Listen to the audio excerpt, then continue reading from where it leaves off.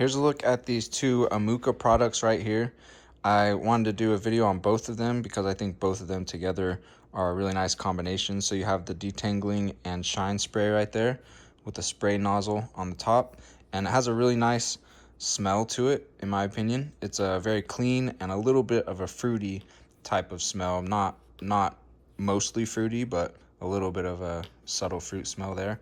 And then Aumuca brand also sells this brush right here, this deshedding brush tool, and you can see the hooks on it right there. And it actually comes with a little case that you can slide over the top of this, so if you need to store it away or whatever, the hooks won't snag anything. And then the handle's also just a really nice, strong, sturdy plastic handle. Cool little pink color right here.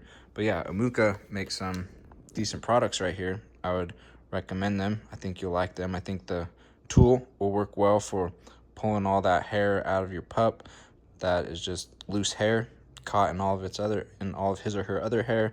And then the detangling and shine spray will do its job and smell really nice. So I think you'll like both these products right here.